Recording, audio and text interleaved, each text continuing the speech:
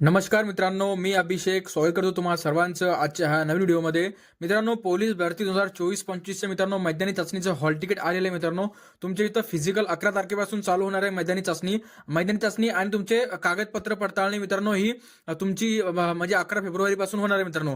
तर तुमच्याकडे तुम्ही जेव्हा फिजिकलला असाल किंवा मैदानी चाचणीला असाल किंवा कागदपत्र पडताळणीला असाल, तुम्हाला कोणकोणते कागदपत्र तुमच्या सोबत न्यायचे किंवा तुम्हाला अजून तुम्ही ह्या कागदपत्र जर तुम्ही काढले नसेल तर तुम्हाला ते काढून घ्यायचे. कोणकोणते कागदपत्र आहे, पूर्ण जेवढे मैदानी चाचणीसाठी जेवढे आवश्यक कागदपत्र लागतात मित्रांनो किंवा पूर्ण पोलीस भरतीची जी प्रक्रिया आहे मित्रांनो, त्याला कोणकोणते कागदपत्र लागतील, कोणकोणते डॉक्युमेंट लागतील, संपूर्ण मी तुम्हाला आजच्या व्हिडिओमध्ये देणार आहे मित्रांनो.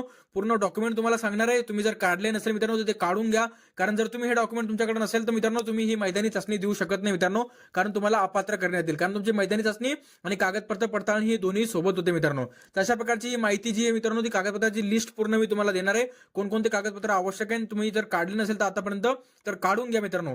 संपूर्ण माहिती तुम्हाला आजच्या व्हिडिओमध्ये देणार आहे मित्रांनो. व्हिडिओला शेवटपर्यंत बघा. जर मित्रांनो तुम्हाला हा व्हिडिओ आवडलाय तर व्हिडिओला नक्की लाईक करून घ्या.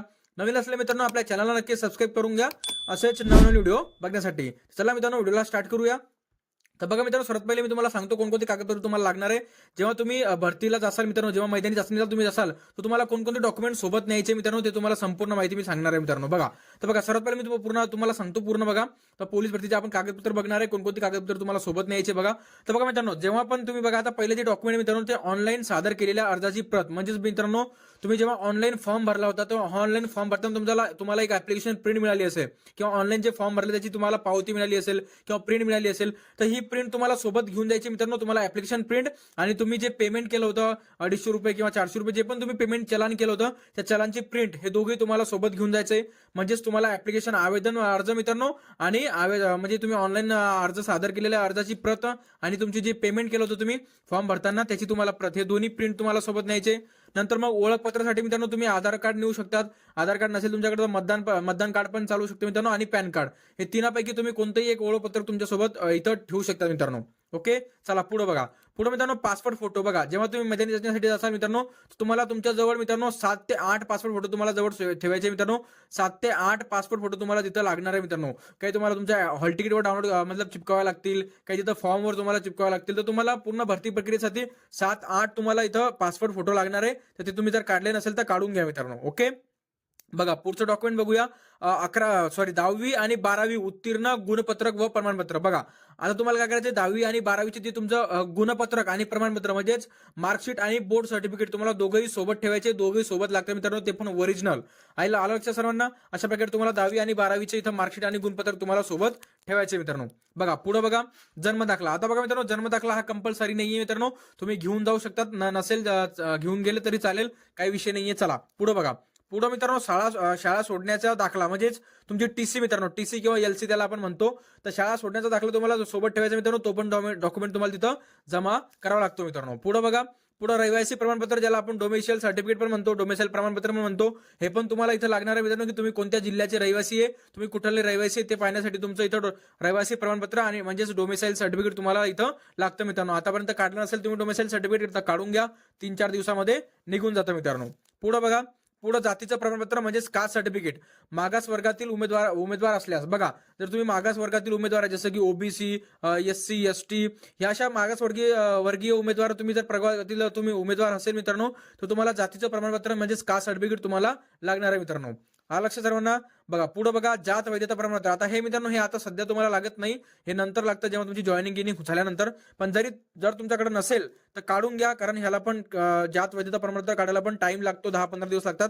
तर जर नसेल काढलं तर तो काढून घ्या मित्रांनो. ओके, बघा पुढं संगणक अर्हता परीक्षा उत्तीर्ण प्रमाणपत्र. हा मित्रांनो हा पण लागतो. आता तुम्हाला मैदानी चाचणीला लागणार आहे मित्रांनो, पण पुढे जेव्हा तुमचं सिलेक्शन होऊन जाईल त्यानंतर तुम्हाला हे संगणक अर्हता म्हणजेच MSCIT कोणतंही कॉम्प्युटर बेसिक नॉलेज असणारं तुम्हाला एक सर्टिफिकेट देतं, तुम्हाला आणून द्यावं लागेल मित्रांनो. आलं लक्षात. चला पुढे बघा. महिला उमेदवार 30% आरक्षण प्रमाणपत्र. बघा आता ज्या महिला उमेदवारांनी 30% आरक्षण घेऊन फॉर्म भरलेला आहे तर त्यांना 30% आरक्षणाचं प्रमाणपत्र त्यांना तिथं सादर करावं लागेल मैदानी चाचणीच्या टायमाला, किंवा तुमचं कागदपत्र पडताळणी होईल तेव्हा तुम्हाला हे सर्टिफिकेट तुम्हाला तिथं दाखवावं लागेल मित्रांनो. पुढे बघा. पुढे नेक्स्ट बघा मित्रांनो, खेळाडू असल्यास खेळाडू प्रमाणपत्र व पडताळणी अहवाल. बघा जर मित्रांनो तुम्ही स्पोर्ट कोट्यामधून फॉर्म भरला असेल किंवा तुम्ही खेळाडू म्हणून फॉर्म भरला असेल तर तुम्हाला इथं खेळाडूचं प्रमाणपत्र दाखवावं लागेल आणि पडताळणी अहवाल असतो मित्रांनो, तो पण तुम्हाला तिथं सादर करावं लागेल मित्रांनो. हे डॉक्युमेंट तुम्हाला सर्व डॉक्युमेंट सोबत ठेवायचे मित्रांनो. फक्त त्याच्यामधले किंचित 2-3 डॉक्युमेंट जसे की जन्म दाखला, जात वैधता प्रमाणपत्र, संगणक अर्हता प्रमाणपत्र ते तुम्ही नंतर पण दाखवले तरी चालतात. पण बाकीचे जे सर्टिफिकेट आहे किंवा जे प्रमाणपत्र आहे ते सर्व तुम्हाला सोबत ठेवावं लागतील मित्रांनो. पुढे बघा मित्रांनो, महिला उमेदवार करिता व अजा म्हणजेच अनुसूचित जाती आणि अज म्हणजे अनुसूचित जमाती म्हणजेच फिमेल आणि SC ST उमेदवार वगळता इतर मागासवर्गीय उमेदवार करिता नॉन क्रिमिलियर प्रमाणपत्र. हा बघा मित्रांनो, इम्पॉर्टंट आहे डॉक्युमेंट मित्रांनो, नॉन क्रिमिलियर. आता ज्या कास्टचं मित्रांनो नॉन क्रिमिलियर निघतं, जसं की ओबीसीचं निघतं, SCचं निघतं मित्रांनो, सॉरी SC म्हणतो, ओबीसीचं निघतं, बाकीचे जे वेगवेगळे कास्ट आहे मित्रांनो, VJNT, NTC, NTB, ज्या कास्टचं मित्रांनो तुम्हाला इथं ओबीसी किंवा मग ज्या कास्टचं तुम्हाला नॉन क्रिमिलियर निघतं मित्रांनो, त्या सर्व कास्टचं तुम्हाला त्या तुमच्या जातीचं तुम्हाला नॉन क्रिमिलियर तिथं सादर करावं लागेल. आणि ते नॉन क्रिमिलियर तुमचं निघतं का मित्रांनो ते तुम्हाला काढून घ्यावं लागेल. जर नसेल काढलं मित्रांनो तर काढून घ्या, कारण नॉन क्रिमिलियर पण प्रमाणपत्र तुम्हाला इथे सादर करावं लागणार आहे मित्रांनो. चला पुढे बघा मित्रांनो, माजी सैनिकांसाठी डिस्चार्ज प्रमाणपत्र. बघा, जर तुम्ही एक सर्व्हिस मॅन आहे, माजी सैनिक म्हणून तुम्ही फॉर्म भरला असेल तर तुमच्याकडे डिस्चार्ज प्रमाणपत्र असेल किंवा सर्टिफिकेट असेल ते तुम्हाला तिथं दाखवावं लागेल मित्रांनो. पुढे बघा, नंतर गृहरक्षक दलातील 1095 दिवसांचे प्रमाणपत्र. बघा मित्रांनो, जर तुम्ही होमगार्ड असाल आणि तुम्ही होमगार्ड म्हणून फॉर्म भरला असेल, होमगार्ड मधून फॉर्म भरला असेल तर तुम्हाला 1095 दिवसांचं तुम्हाला तुमच्याकडे प्रमाणपत्र भेटतं मित्रांनो. तर ते प्रमाणपत्र तुम्हाला तिथं सादर करावं लागेल कागदपत्र पडताळणीच्या टायमाला. बघा पुढे ड्रायव्हिंग लायसन मित्रांनो. बघा, जर मित्रांनो तुम्ही चालकचं इथं फॉर्म भरला असेल, पोलीस चालकचं जर तुम्ही फॉर्म भरला असेल मित्रांनो, तुमच्याकडे ड्रायव्हिंग लायसन असणं खूप गरजेचं आहे. कारण तुम्हाला ड्रायव्हिंग लायसन जर तुमच्याकडे नसेल मित्रांनो तुम्ही भरती प्रक्रियेमधून बाद होऊ शकतात. अशा प्रकारे तुम्हाला ड्रायव्हिंग लायसन पण सोबत ठेवायचं आहे. ओके, पुढे बघा, जर मित्रांनो तुम्ही प्रकल्पग्रस्त असल्यास त्या बाबतचे प्रमाणपत्र. जर तुम्ही प्रकल्पग्रस्तामधून फॉर्म भरला असेल तर तुम्हाला प्रकल्पग्रस्ताचं इथं प्रमाणपत्र तुम्ही सादर करावं लागेल. जसं की तुम्हाला जर तुम्ही भूकंपग्रस्त मधून फॉर्म भरला असेल तर तुम्हाला भूकंपग्रस्ताचं इथं सर्टिफिकेट दाखवावं लागेल. नंतर मग बघा, पोलीस पाल्य. जर मित्रांनो तुम्ही पोलीस पाल्य आहात तर तुम्हाला पोलीस पाल्य असण्याचे तुम्हाला त्याबाबतचे प्रमाणपत्र तुम्हाला तिथं सादर करावे लागतील मित्रांनो. पुढे बघा, जर मित्रांनो तुम्ही अनाथ उमेदवार असल्यास त्याबाबतचे प्रमाणपत्र.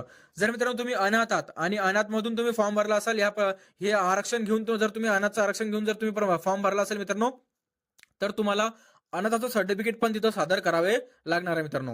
नंतर मग जर तुम्ही अंशकालीन उमेदवार असल्यास त्याच्याबाबतचे प्रमाणपत्र. जर तुम्ही अंशकालीन मधून फॉर्म भरला असेल त्याचं तुम्हाला प्रमाणपत्र सादर करावं लागेल. सर्व इम्पॉर्टंट डॉक्युमेंट मित्रांनो, जर तुम्ही हे डॉक्युमेंट काढले नसेल आतापर्यंत तर काढून घ्या लवकर, कारण याच्यामधले काय डॉक्युमेंट काढायला 10-15 दिवस लागतो किंवा महिना पण लागू शकतो. तर लवकरात लवकर तुम्ही सर्व डॉक्युमेंट जेवढे लागतात तेवढे काढून घ्या मित्रांनो. नंतर मग मित्रांनो तुम्ही EWS प्रभागातील उमेदवार असल्यास त्याबाबतचे प्रमाणपत्र तुमच्याकडे EWSचं सर्टिफिकेट असणं गरजेचं आहे मित्रांनो. नंतर मग ECBC उमेदवार असल्यास त्याबाबतचे प्रमाणपत्र. जर तुम्ही मित्रांनो ECBC मध्ये येतात, ECBC नाही SCBC मध्ये येतात, SCBC मध्ये जर तुम्ही येत असाल मित्रांनो तर SCBCचं तुम्हाला इथं सर्टिफिकेट असणं इथं गरजेचं आहे.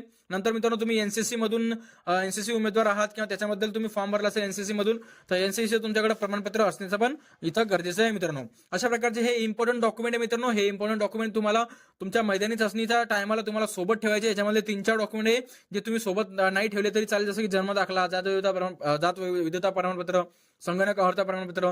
बाकीचे जे डॉक्युमेंट आहे मित्रांनो ते सर्व इम्पॉर्टंट आहे, कारण हे तुम्हाला तिथं लागणारच आहे. नाही तुम्हाला इथं बंच तुम्हाला इथं जमा करावे लागतात मित्रांनो. अशा प्रकारे मी तुम्हाला संपूर्ण डॉक्युमेंटची लिस्ट सांगितली आहे. काही डॉक्युमेंट तुम्ही काढले असतील किंवा काही काढले नसतील तर लवकरात लवकर काढून घ्या, कारण काही डॉक्युमेंट काढायला टाइम लागतो, 1 महिना पण लागू शकतो. तर जोपर्यंत तुमचं ग्राउंड अजून तुमच्या हॉल तिकीट आलेले, तारीख पण आलेली आहे, तर तुमच्या हॉल म्हणजे ग्राउंडच्या दिवसाच्या पहिले तुमचे सर्व डॉक्युमेंट इथं निघाले पाहिजे मित्रांनो. अशा प्रकारे तुम्ही सर्व डॉक्युमेंट इथं काढून घ्या मित्रांनो. अशा प्रकारे हा व्हिडिओ होता मित्रांनो. मी आशा करतोय तुम्हाला ही माहिती आवडली असेल. अजून तुमच्या मनामध्ये काही डाऊट असेल तर तुम्ही आपल्या व्हिडिओच्या खाली कमेंट करा. मी त्याच्यावर पण सोल्युशनच्या नुसार तुम्हाला एक व्हिडिओ आणेल. आणि जर तुम्हाला हा व्हिडिओ आवडला तर व्हिडिओला नक्की लाईक करून घ्या. नवीन असल्या मित्रांनो आपल्या चॅनलला नक्की सबस्क्राईब करून घ्या असेच नवीन व्हिडिओ बघण्यासाठी. चला मित्रांनो, पुढच्या व्हिडिओमध्ये. तोपर्यंत जय हिंद आणि जय महाराष्ट्र.